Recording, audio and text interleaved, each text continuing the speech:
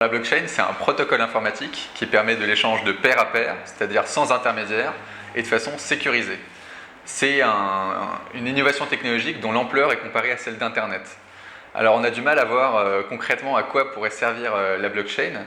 Nous, chez Blockchain Partner, on définit 3 grands cas d'usage. Le premier, c'est l'échange de valeurs et de crypto-monnaies entre différents individus ou différentes entreprises. On pourrait y revenir. Le deuxième, c'est l'enregistrement sur un registre qui est la chaîne de blocs, la blockchain, de données de façon incorruptible. Personne ne peut les modifier ni les supprimer. Et le troisième cas d'usage, c'est l'automatisation de relations contractuelles.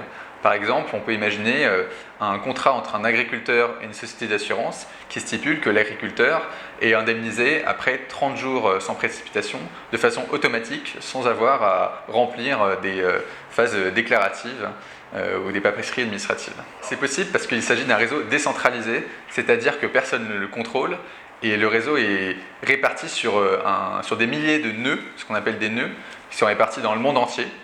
Et donc en fait, même si on supprime un nœud ou si un nœud est détruit, cela ne change rien au réseau puisque les autres nœuds détiennent la base de données. Il faut bien voir qu'en fait la blockchain est née avec le Bitcoin en 2008-2009. Et donc en fait, parfois on entend qu'il faut dissocier blockchain et Bitcoin. Ce n'est pas forcément faux en soi, on peut imaginer des blockchains sans Bitcoin, mais il faut bien rappeler que la blockchain est née avec le Bitcoin et que la blockchain est le protocole sous-jacent au Bitcoin. Et en réalité, parmi les blockchains publiques, dites publiques, la blockchain du Bitcoin est aujourd'hui la plus robuste, celle qui est la plus incorruptible.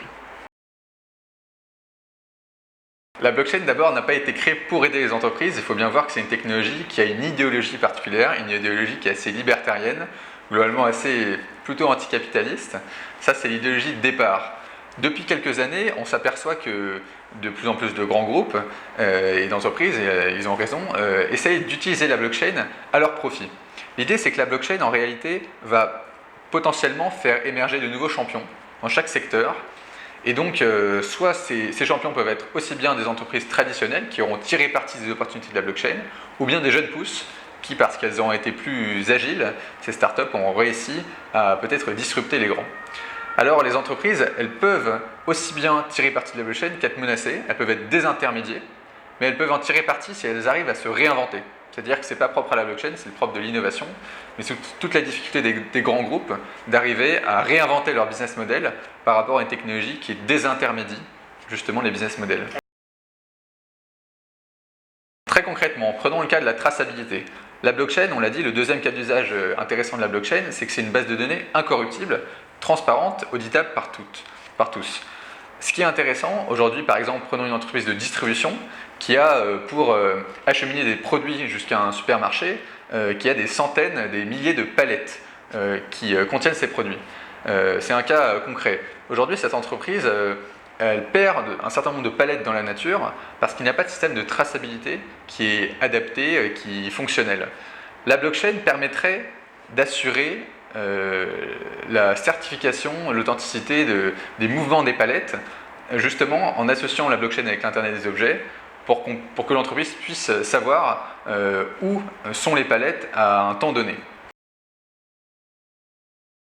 D'abord, il y a une réponse très simple, c'est si aujourd'hui l'entreprise n'arrive pas à tracer les palettes, c'est bien qu'elle n'a pas eu cette solution qui a été convenable, et donc même s'il existe des solutions, pour des raisons X ou Y, elles n'ont pas fonctionné.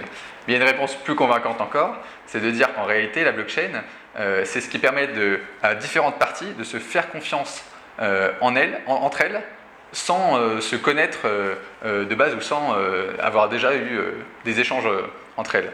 Concrètement, la blockchain, ça va permettre justement des échanges, notamment entre différentes parties prenantes dans une chaîne de valeur, où en fait la confiance repose sur le réseau, puisque c'est décentralisé et puisque c'est incorruptible. Donc tous les enjeux de traçabilité du supply chain, que ce soit dans l'agroalimentaire, dans l'industrie lourde pour les pièces détachées, dans l'industrie du luxe, etc., peuvent être concernés par l'utilisation de la blockchain. La blockchain disrupte entre guillemets le digital dans le sens où elle désintermédie notamment les plateformes qui reposent justement sur l'intermédiation. c'est bien que les Uber, les Airbnb, etc., ce sont par définition, parce que ce sont des plateformes, ce sont des logiques d'intermédiation qui vont prélever des pourcentages sur telle ou telle activité. La blockchain, ça va non pas forcément supprimer les intermédiaires, mais redéfinir leur rôle, et ne resteront que ceux qui apportent une réelle valeur ajoutée à l'utilisateur. Sinon, il passera par des services de pair à pair et échangera directement avec l'autre utilisateur. D'abord, on peut imaginer que demain, la supply chain devienne un argument marketing. Pourquoi ? Parce qu'aujourd'hui, quand une entreprise, une marque affirme que ses produits, par exemple ses vêtements, c'est une entreprise qui vend des vêtements, que ces vêtements sont conformes à telle ou telle norme ou sont made in France ou que sais-je encore, aujourd'hui le consommateur doit lui faire confiance. Demain, avec la blockchain, on peut imaginer un système où simplement en bipant avec son smartphone un QR code, eh bien, l'utilisateur remonterait tout l'historique du produit et accéderait à l'histoire du produit, pourrait vérifier l'authenticité.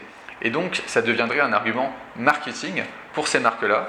Et c'est justement, ça commence déjà à être à l'œuvre. Il y a une marque de vêtements aux États-Unis qui a commencé à intégrer la blockchain dans sa collection printemps-été 2017.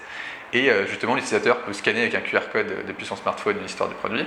Et la marque s'est aperçue que les interactions avec les consommateurs ont augmenté. Ça peut toucher les points de fidélité. Aujourd'hui, la gestion des points de fidélité est un certain casse-tête pour les marques. Plus de 50% des points de fidélité ne sont pas utilisés. Aux États-Unis, en moyenne, un foyer est inscrit à 20 programmes de fidélité, il n'en utilise que 7, donc les programmes de fidélité sont sous-utilisés. Et en plus, les marques ont du mal à savoir quand les points de fidélité vont être utilisés et s'ils vont être utilisés, ce qui a des conséquences quand elles provisionnent tous ces montants. Et bien, la blockchain, ça permettrait de convertir les points de fidélité en tokens, en points numériques, et ça aurait plusieurs avantages. Les entreprises pourraient savoir combien les consommateurs en ont, à quel moment ils utilisent, dans quel cadre ils utilisent, et surtout on pourrait créer des programmes interopérables entre différentes marques. Par exemple, on pourrait consommer des points de fidélité, pour engranger des points de fidélité chez une compagnie aérienne et les utiliser par exemple ensuite auprès d'hôtels. On peut imaginer des systèmes comme celui-là. Ce qui est intéressant, c'est qu'il y a un troisième cas d'usage intéressant pour le marketing, c'est tout ce qui est marketing digital. Aujourd'hui, le marketing digital, c'est une industrie qui connaît beaucoup de problèmes, notamment de fraude, de manque de transparence et de grande concentration du secteur.